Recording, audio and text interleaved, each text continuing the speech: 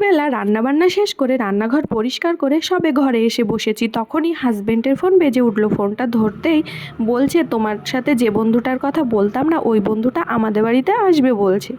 কোন বন্ধু? কেন, ওই যে বন্ধুটার বাড়ি মুর্শিদাবাদ। ও তো বাকি আমাদের মতো বাড়ি থেকে যাওয়া আসা করে ডিউটি করতে পারে না। ও তো 1 মাস অন্তর বাড়ি যায়, কোথায় উত্তর 24 পরগনার বনগা আর কোথায় মুর্শিদাবাদ। আর আজ তো রবিবার, সবাই বাড়ি চলে গেছে, অফিস ফাঁকা, তাই আসতে চাইছে। তা তুমি আমাকে এই কথাটা আগে বলবে না? কি করে বলবো?